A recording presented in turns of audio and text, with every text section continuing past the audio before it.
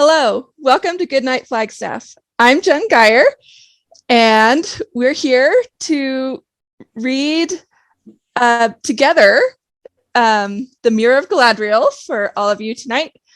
I have a little announcement. First, well, I am so thankful for all of you out there listening to our bedtime stories. Happy Thanksgiving. Thank you for bringing our community together. And I'm thankful for all of our wonderful volunteer readers. We've got, how many of us? 10, 11 of us here tonight. And we will introduce ourselves soon. But there are over 100 people who have read for us since we began. So thank you all. And then there's 3 more people I'm super thankful for.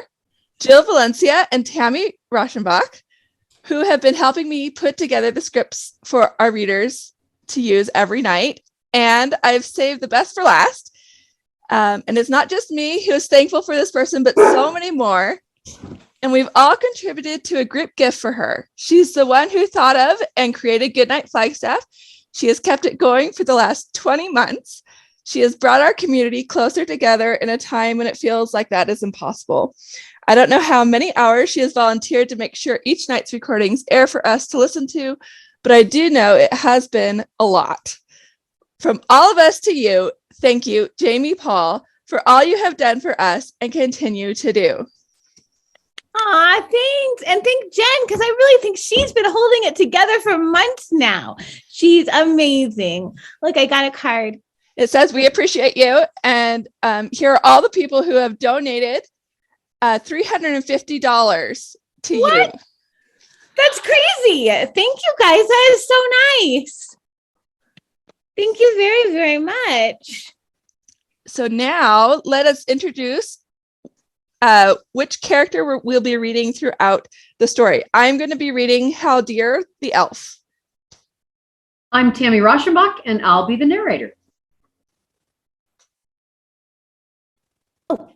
I'm Jamie Paul, and I'll be Lord Celeborn. I'm Karen Raskin-Young, and I'll be Lady Galadriel.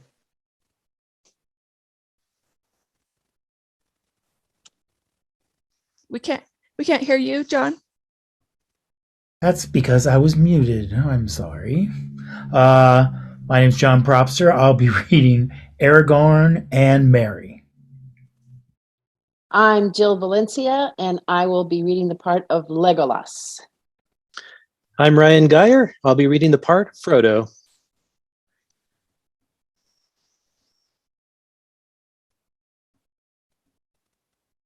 Hi, I'm Khara House, and I'll be reading the part of Gimli. I'm Abigail. I'll be reading for Pippin and Boromir.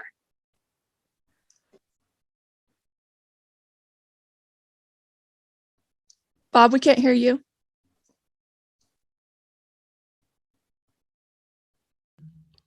There we go. I'm supposed to be the pro. I'm Bob Larkin, and I will be reading Frodo's sidekick, Sam. Okay, I think that's all of us.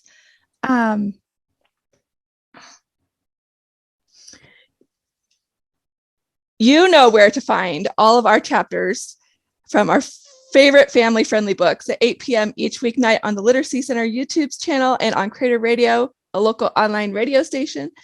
The previous chapter is replayed on Creator Radio each weeknight at about 7:30, just before the new chapter airs.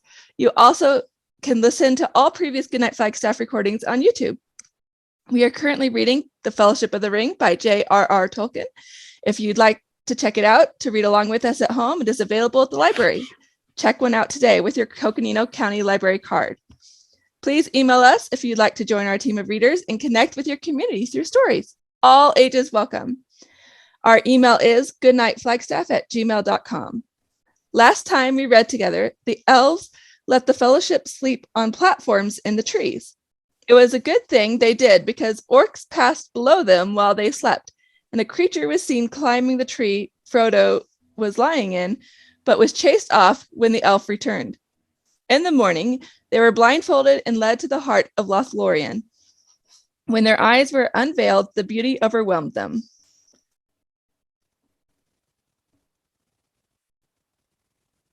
Chapter 7, The Mirror of Galadriel. The sun was sinking behind the mountains, and the shadows were deepening in the woods when they went on again.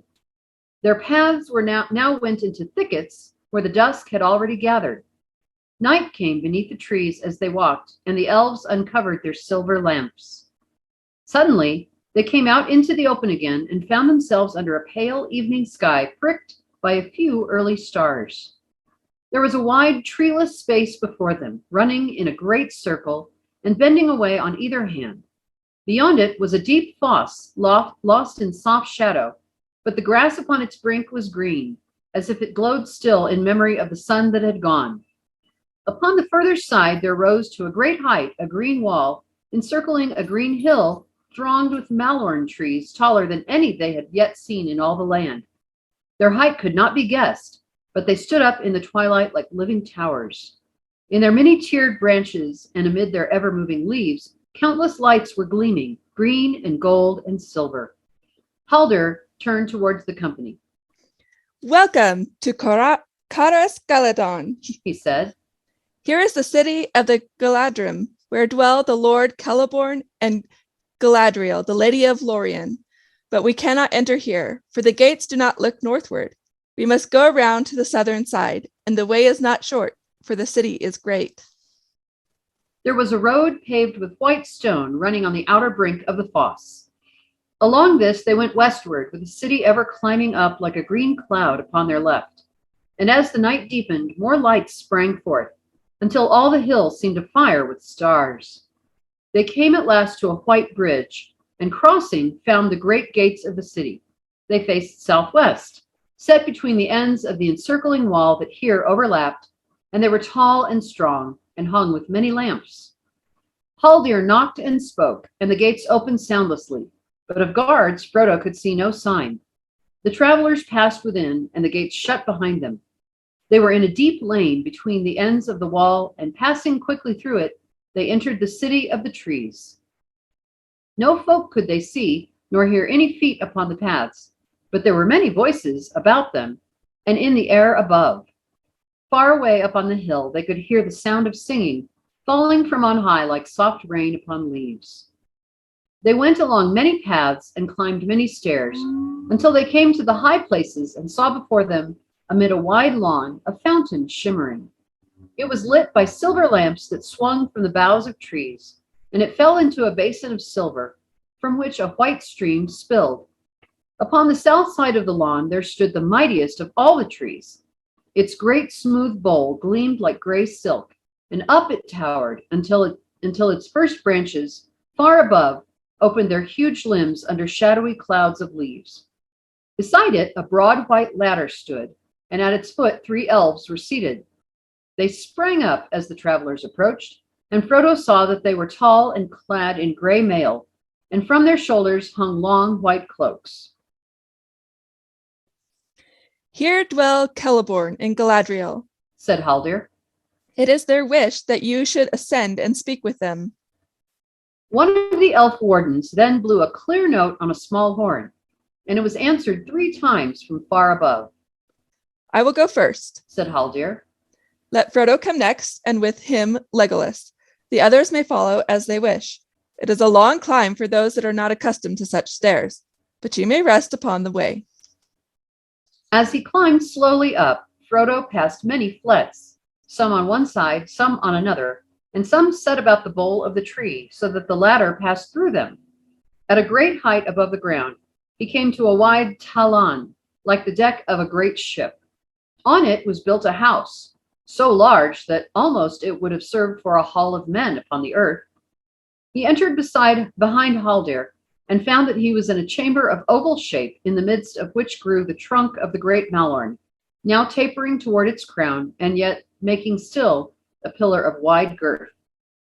The chamber was filled with a soft light. Its walls were green and silver, and its roof of gold. Many elves were seated there. On 2 chairs beneath the bole of the tree, and canopied by a living bough, there sat, side by side, Celeborn, and Galadriel. They stood up to greet their guests after the manner of elves, even those who were accounted mighty kings. Very tall they were, and the lady no less tall than the Lord, and they were grave and beautiful. They were clad wholly in white, and the hair of the lady was of deep gold, and the hair of the Lord Celeborn was of silver, long and bright. But no sign of age was upon them, unless it were in the depths of their eyes. For those were keen as lances in the starlight, and yet profound, the wells of deep memory. Haldir led Frodo before them, and the Lord welcomed him in his own tongue. The Lady Galadriel said no word, but looked long upon his face.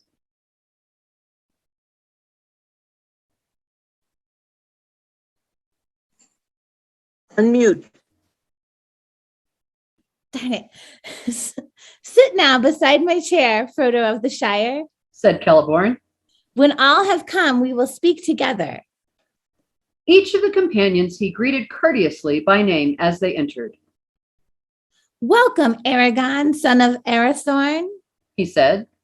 It is 38 years of the world outside since you came to this land, and those years lie heavy on you. But the end is near, for good or ill. Here, lay aside your burden for a while. Welcome, son of Thranduil. Too seldom do my kindred journey hither from the north. Welcome, Gimli, son of Glóin. It is long indeed since we saw one of Durin's folk in Caris Galadon, but today we have broken our long lot. May it be a sign that though the world is now dark, better days are at hand, and that friendship shall be renewed between our people. Gimli bowed low. When all the guests were seated before his chair, the Lord looked at them again. Here there are 8, he said. 9 were to set out. So said the messages, but maybe there has been some change of counsel that we have not heard. Elrond is far away, and darkness gathers between us, and all this year the shadows have grown longer. Nay, there was no change of counsel, said the Lady Galadriel, speaking for the first time. Her voice was clear and musical, but deeper than woman's wont. Gandalf the Grey set out with the company, but he did not pass the borders of this land.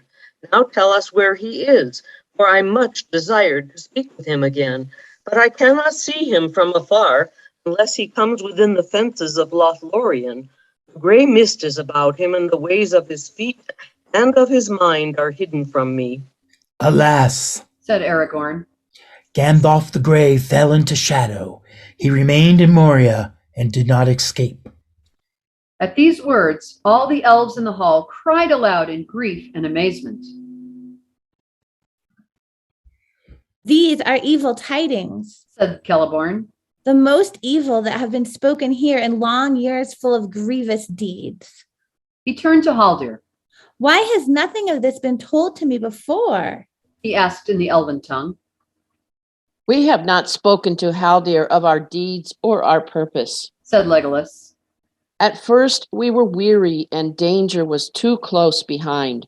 And afterwards, we almost forgot our grief for a time as we walked in gladness on the fair paths of Lorien. Yet our grief is great, and our loss cannot be mended, said Frodo. Gandalf was our guide, and he led us through Moria.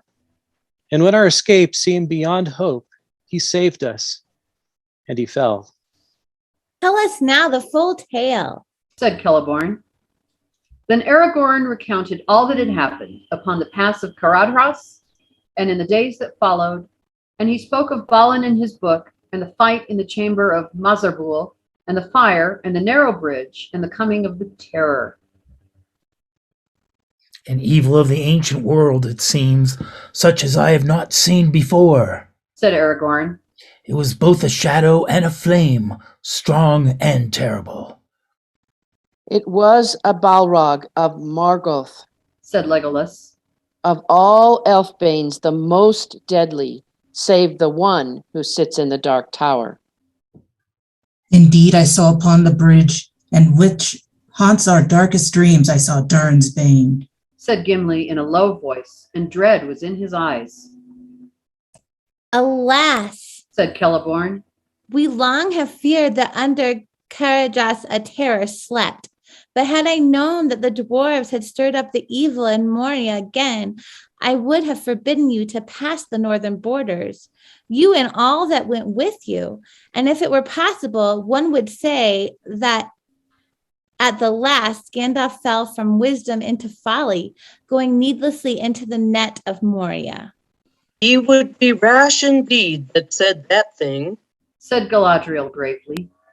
Needless were none of the deeds of Gandalf in life. Those that followed him knew not his mind and cannot report his full purpose. But however it may be with the guide, the followers are blameless. Do not report of your welcome to the dwarf.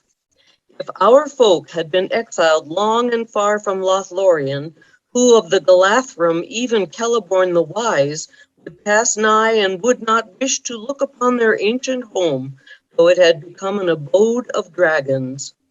Dark is the water of Keled Zeram, and cold are the springs of Kibble Nala, and fair were the many-pillared halls of Khazad-dûm in elder days before the fall of mighty kings beneath the stone. She looked upon Gimli, who sat glowering and sad, and she smiled. And the dwarf, hearing the names given in his own ancient tongue, looked up and met her eyes. And it seemed to him that he looked suddenly into the heart of an enemy and saw there love and understanding. Wonder came into his face, and then he smiled in answer. He rose clumsily and bowed in dwarf fashion, saying, Yet more fair is the living land of Lorien, and the Lady Galadriel is above all the jewels that lie beneath the earth. There was a silence. At length, Celeborn spoke again. I did not know that your plight was so evil, he said. Let Gimli forget my harsh words. I spoke in the trouble of my heart. I will do what I can to aid you, each according to his wish and need, but especially that one of the little folk who bears the burden. Your quest is known to us, said Galadriel, looking at Frodo. But we will not here speak of it more openly. Yet not in vain will it prove, maybe, that you came to this land seeking aid, as Gandalf himself plainly purposed. For the Lord of the Galathrim is accounted the wisest of the elves of Middle-earth, and a giver of gifts beyond the power of kings. He has dwelt in the west since the days of dawn, and I have dwelt with him years uncounted, for ere the fall of Nargothrond or Gondolin, I passed over the mountains, and together through ages of the world we have fought the long defeat. It was who first summoned the White Council, and if my designs had not gone amiss, it would have been governed by Gandalf the Grey, and then mayhap things would have gone otherwise. But even now there is hope left. I will not give you counsel, saying do this or do that, for not in doing or contriving, nor in choosing between this course and another can I avail, but only in knowing what was and is, and in part also what shall be. But this I will say to you, your quest stands upon the edge of a knife. Stray but a little and it will fail, to the ruin of all. Yet hope remains while all the company is true. And with that word, she held them with her eyes, and in silence looked searchingly at each of them in turn. None save Legolas and Aragorn could long endure her glance. Sam quickly blushed and hung his head. At length the Lady Galadriel released them from her eyes, and she smiled. Do not let your heart be troubled, she said. Tonight you shall sleep in peace. Then they sighed and felt suddenly weary, as those who have been questioned long and deeply, though no words had been spoken openly. Go now, said Celeborn. You are worn with sorrow and much toil. Even if your quest did not concern us closely, you should have refuge in this city until you were healed and refreshed. Now you shall rest, and we will not speak of your further road for a while. That night the company slept upon the ground, much to the satisfaction of the hobbits. The elves spread for them a pavilion among the trees near the fountain, and in it they laid soft couches. Then, speaking words of peace with fair elvish voices, they left them.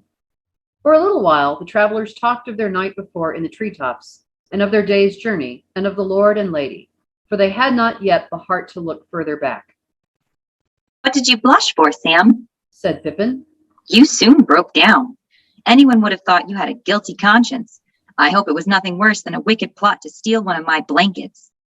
I never thought no such thing, answered Sam, in no mood for jest. If you want to know, I felt as if I hadn't got nothing on, and I didn't like it.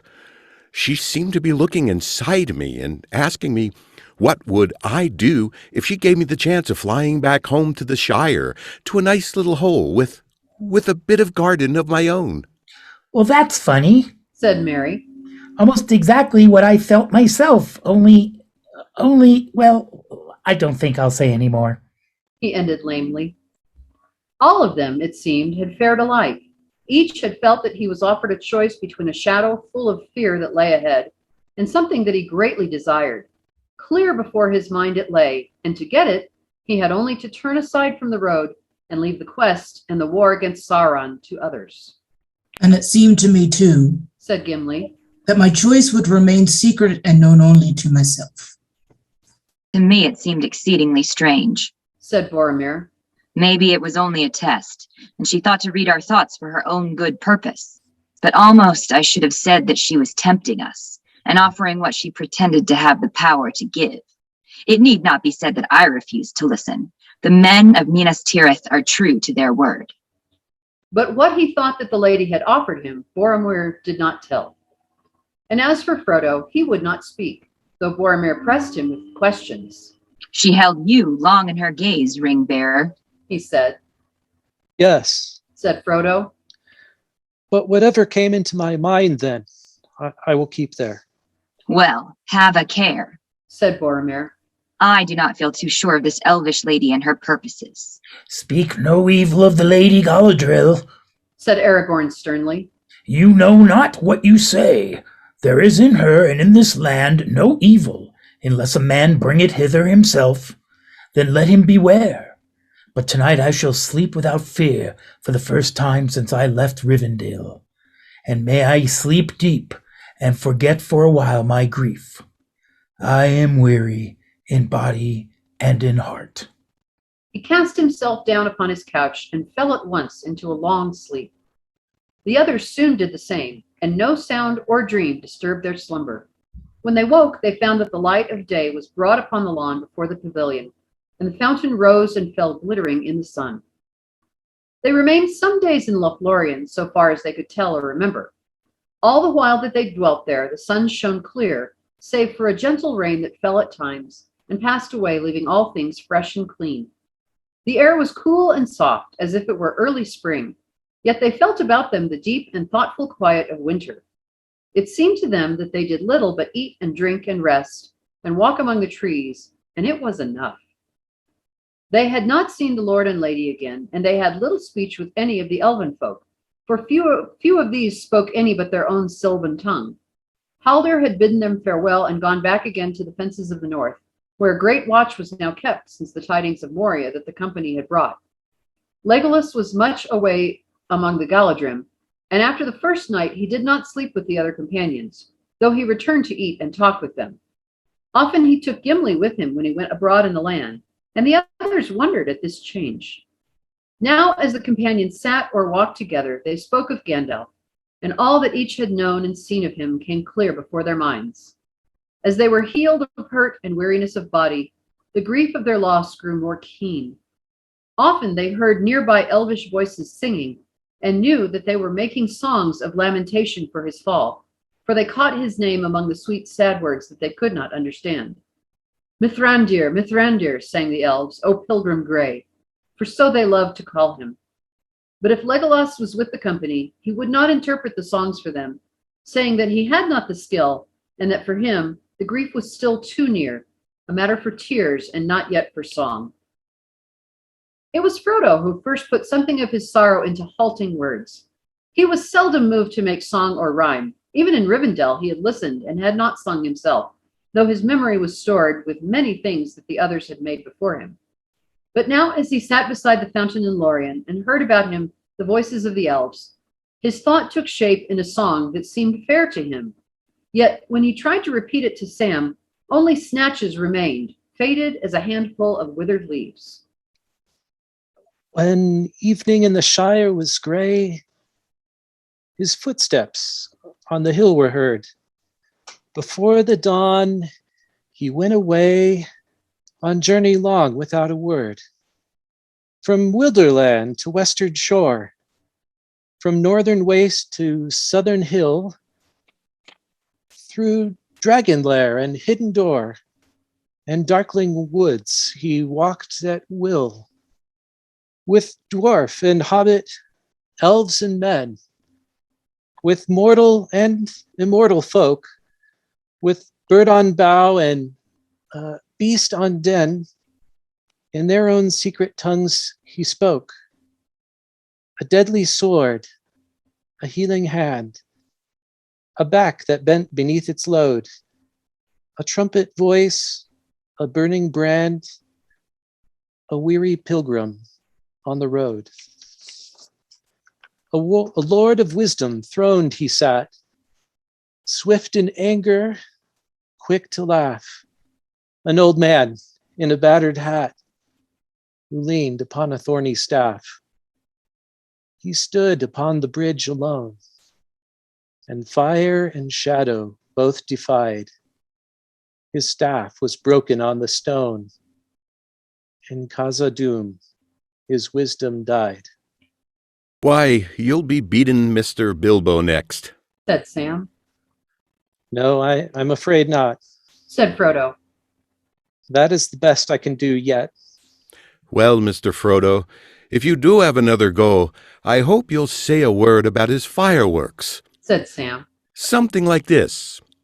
The finest rockets ever seen, they burst in stars of blue and green, or after thunder golden showers come falling like a rain of flowers. Though that doesn't do them justice by a long road. No, I'll leave that to you, Sam. Or perhaps to Bilbo. But, well, I can't talk of it anymore. I can't bear to think of bringing the news to him. One evening, Frodo and Sam were walking together in the cool twilight. Both of them felt restless again. On Frodo, suddenly the shadow of parting had fallen. He knew somehow that the time was very near when he must leave Lothlorien. What do you think of elves now, Sam? He said. I asked you the same question once before. It seems a very long time ago. But you have seen more of them since then. I have indeed, Said Sam. and I reckon there's elves and elves. They're all elvish enough, but they're not all the same. Now these folks aren't wanderers or homeless, and seem a bit nearer to the likes of us. They seem to belong here, more even than hobbits do in the Shire. Whether they've made this land or the land's made them, it's hard to say, if you take my meaning. It's wonderfully quiet here. Nothing seems to be going on, and nobody seems to want it to. If there's any magic about, it's right down deep, where I can't lay my hands on it, in a manner of speaking. You can see and feel it everywhere. Said Frodo. Well, Said Sam. you can't see nobody work in it.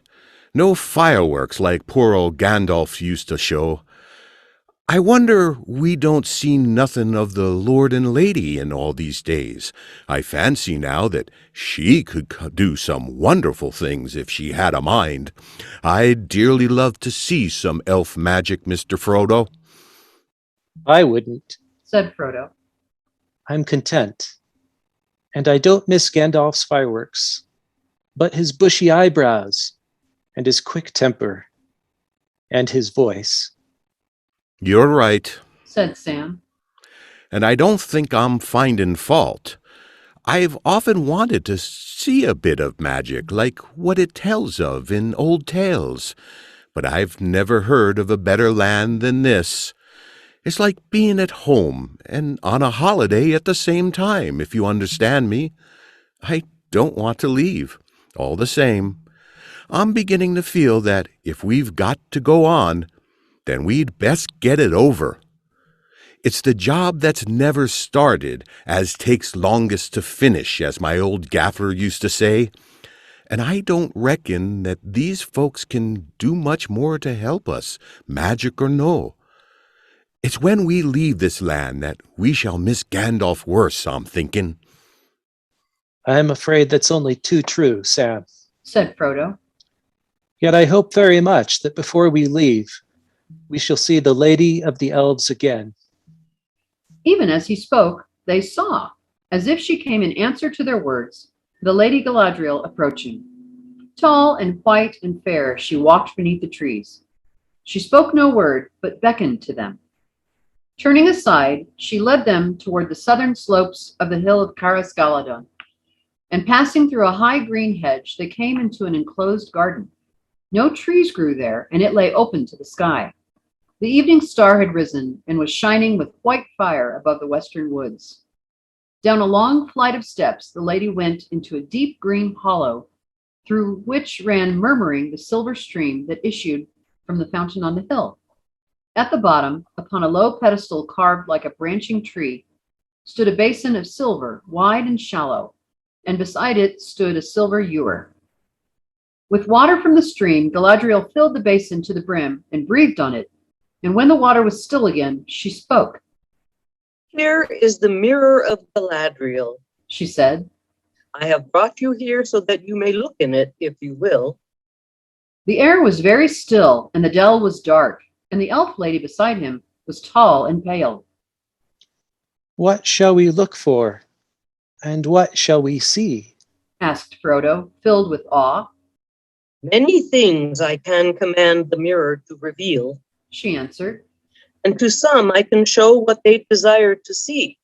But the mirror will also show things unbidden, and those are often stranger and more profitable than things which we wish to behold.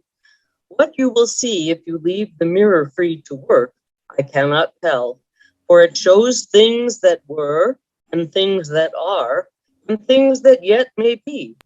But which it is that he sees, even the wisest cannot always tell. Do you wish to look? Frodo did not answer. And you?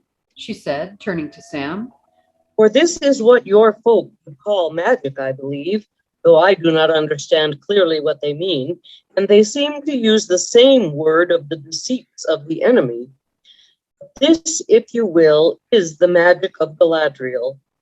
Did you not say that you wished to see elf magic? I did. Said Sam, trembling a little between fear and curiosity. I'll have a peep, lady, if you're willing. And I'd not mind a glimpse of what's going on at home. He said in an aside to Frodo. It seems a terrible long time that I've been away, but there, like as not, I'll only see stars or something that I won't understand. Like as not, Said the lady with a gentle laugh. But come, you shall look and see what you may. Do not touch the water. Sam climbed up on the foot of the pedestal and leaned over the basin. The water looked hard and dark. Stars were reflected in it. There's only stars, as I thought, He said. Then he gave a low gasp, for the stars went out. As if a dark veil had been withdrawn, the mirror grew gray and then clear. There was sun shining, and the branches of trees were waving and tossing in the wind. But before Sam could make up his mind what it was that he saw, the light faded, and now he thought he saw Frodo with a pale face lying fast asleep under a great dark cliff. Then he seemed to see himself going along a dim passage and climbing an endless winding stair. It came to him suddenly that he was looking urgently for something, but what it was he did not know. Like a dream, the vision shifted and went back, and he saw the trees again. But this time they were not so close, and he could see what was going on. They were not waving in the wind, they were falling, crashing to the ground. "Hi! Cried Sam in an outraged voice. There's that Ted Sandyman a-cutting down trees as he shouldn't. And they didn't ought to be felled. It's that avenue beyond the mill that shades the road to Bywater. I wish I could get it, Ted. I'd fell him.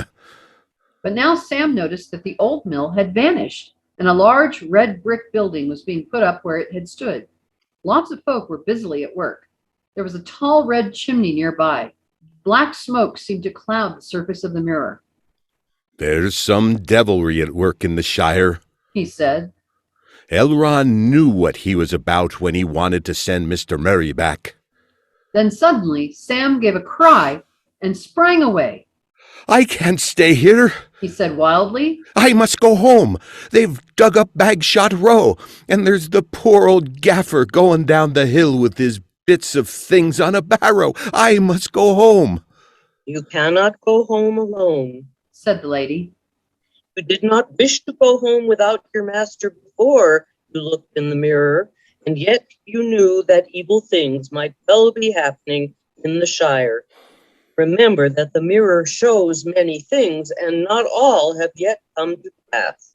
Some never come to be, unless those that behold the visions turn aside from their path to prevent them. The mirror is dangerous as a guide of deeds. Sam sat on the ground and put his head in his hands. I wish I had never come here, and I don't want to see no more magic, he said, and fell silent. After a moment, he spoke again thickly, as if struggling with tears. No, I'll go home by the long road with Mr. Frodo, or not at all, he said. But I hope I do get back some day. If what I've seen turns out true, somebody's going to catch it hot. Do you now wish to look, Frodo? said the Lady Galadriel. You did not wish to see elf magic and were content. Do you advise me to look? asked Frodo. No, she said. I do not counsel you one way or the other. I am not a counselor.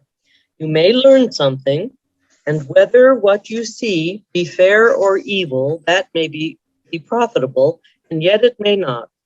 Seeing is both good and perilous. Yet I think, Frodo, that you have courage and wisdom enough for the venture, or I would not have brought you here. Do as you will. I will look, said Frodo, and he climbed on the pedestal and bent over the dark water. At once the mirror cleared, and he saw a twilit land. Mountains loomed dark in the distance against a pale sky. A long gray road wound back out of sight. Far away, a figure came slowly down the road, faint and small at first, but growing larger and clearer as it approached. Suddenly, Frodo realized that it reminded him of Gandalf. He almost called aloud the wizard's name, and then he saw that the figure was clothed not in gray, but in a white that shone faintly in the dusk, and in its hand there was a white staff. The head was so bowed that he could see no face, and presently the figure turned aside round a bend in the road and went out of the mirror's view. Doubt came into Frodo's mind. Was this a vision of Gandalf on one of his many lonely journeys long ago, or was it Saruman? The vision now changed. Brief and small, but very vivid, he caught a glimpse of Bilbo walking restlessly about his room. The table was littered with disordered papers. Rain was beating on the windows. Then there was a pause, and after it, many swift scenes followed that Frodo, in some way, knew to be part of a great history in which he had become involved. The mist cleared, and he saw a sight which he had never seen before, but knew at once: the sea. Darkness fell. The sea rose and raged in a great storm. Then he saw against the sun, sinking blood red into a rack of clouds, the black outline of a tall ship with torn sails riding up out of the west. Then a wide river flowing through a populous city. Then a white fortress with 7 towers. And then again a ship with black sails, but now it was morning again, and the water rippled with light, and a banner bearing the emblem of a white tree shone in the sun. A smoke as of fire and battle arose, and again the sun went down in a burning red that faded into a gray mist, and into the mist a small ship passed away, twinkling with lights. It vanished, and Frodo sighed and prepared to draw away. But suddenly the mirror went altogether dark, as dark as if a hole had opened in the world of sight, and Frodo looked into emptiness. In the black abyss there appeared a single eye that slowly grew until it filled nearly all the mirror. So terrible was it that Frodo stood rooted, unable to cry out or to withdraw his gaze. The eye was rimmed with fire, but was itself glazed. Yellow as a cat's, watchful and intent, and the black slit of its pupil opened on a pit, a window into nothing. Then the eye began to rove, searching this way and that, and Frodo knew with certainty and horror that among the many things that it sought, he himself was one. But he also knew that it could not see him, not yet, not unless he willed it. The ring that hung upon its chain about his neck grew heavy, heavier than a great stone, and his head was dragged downwards. The mirror seemed to be growing hot, and curls of steam were rising from the water. He was slipping forward. "Do not touch the water," said the Lady Galadriel softly. The vision faded, and Frodo found that he was looking at the cool stars twinkling in the silver basin. He stepped back, shaking all over, and looked at the lady. "I know what it was that you last saw," she said, "for that is also in my mind. Do not be afraid, but do not think that only by singing amid the trees, nor even by the slender arrows of elven bows, is this land of Lothlorien maintained and defended against its enemy. I say to you, Frodo, that even as I speak to you, I perceive the Dark Lord and know his mind, or all of his mind that concerns the elves, and he gropes ever to see me and my thought. But still, the door is closed." She lifted up her white arms and spread out her hands toward the east in a gesture of rejection and denial. Eärendil, the evening star, most beloved of the elves, shone clear above. So bright was it that the figure of the elven lady cast a dim shadow on the ground. Its rays glanced upon a ring about her finger. It glittered like polished gold overlaid with silver light, and a white stone in it twinkled as if the even star had come down to rest upon her hand. Frodo gazed at the ring with awe, for suddenly it seemed to him that he understood. "Yes," she said, divining his thought. "It is not permitted to speak of it, and Elrond could not do so, but it cannot be hidden from the ring-bearer and one who has seen the eye. Verily, it is in the land of Lorien, upon the finger of Galadriel, that one of the three remains. This is Nenya, the ring of adamant, and I am its keeper. He suspects, but he does not know, not yet. Do you not see now wherefore your coming is to us as the footstep of doom? For if you fail, then we are laid bare to the enemy. But if you succeed, then our power is diminished, and Lothlorien will fade, and the tides of time will sweep it away. We must depart into the west, or dwindle to a rustic folk of dell and cave, slowly to forget and to be forgotten." Frodo bent his head. "And what do you wish?" he said at last. "That what should be, shall be," she answered. "The love of the elves for their land and their works is deeper than the deeps of the sea, and their regret is undying and cannot ever wholly be assuaged. Yet they will cast all away rather than submit to Sauron, for they know him now. For the fate of Lothlorien you are not answerable, but only for the doing of your own task. Yet I could wish, were it of any avail, that the One Ring had never been wrought, or had remained forever lost." "You are wise and fearless and fair, Lady Galadriel," said Frodo. "I will give you the One Ring, if you ask for it. It is too great a matter for me." Galadriel laughed with a sudden clear laugh. "Wise the Lady Galadriel may be," she said, "yet here she has met her match in courtesy. Gently are you revenged for my testing of your heart at our first meeting. You begin to see with a keen eye. I do not deny that my heart has greatly desired to ask what you offer. For many long years I had pondered what I might do should the great ring come into my hands, and behold, it was brought within my grasp.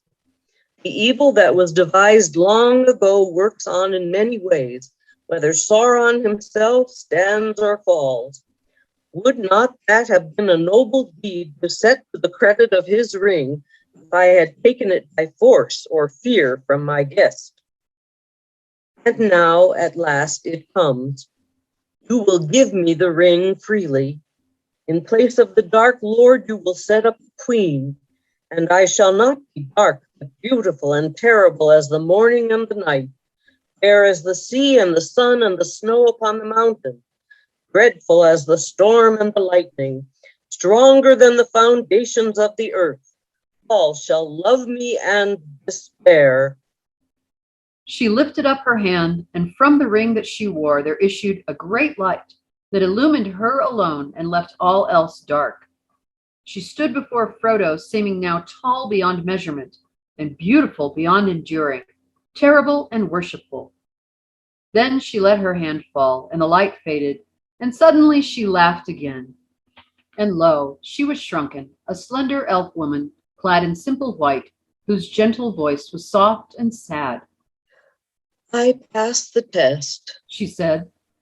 I will diminish and go into the west and remain Galadriel. They stood for a long while in silence. At length the lady spoke again.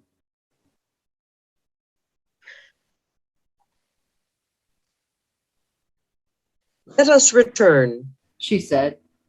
In the morning you must depart, for now we have chosen, and the tides of fate are flowing. I would ask you one thing before we go, said Frodo. A thing which I often meant to ask Gandalf and Rivendell. I am permitted to wear the One Ring. Why cannot I see all the others and know the thoughts of those that wear them? You have not tried, she said. Only thrice have you set the ring upon your finger since you knew what you possessed. Do not try. It would destroy you. Did not Gandalf tell you that the rings give power according to the measure of each possessor?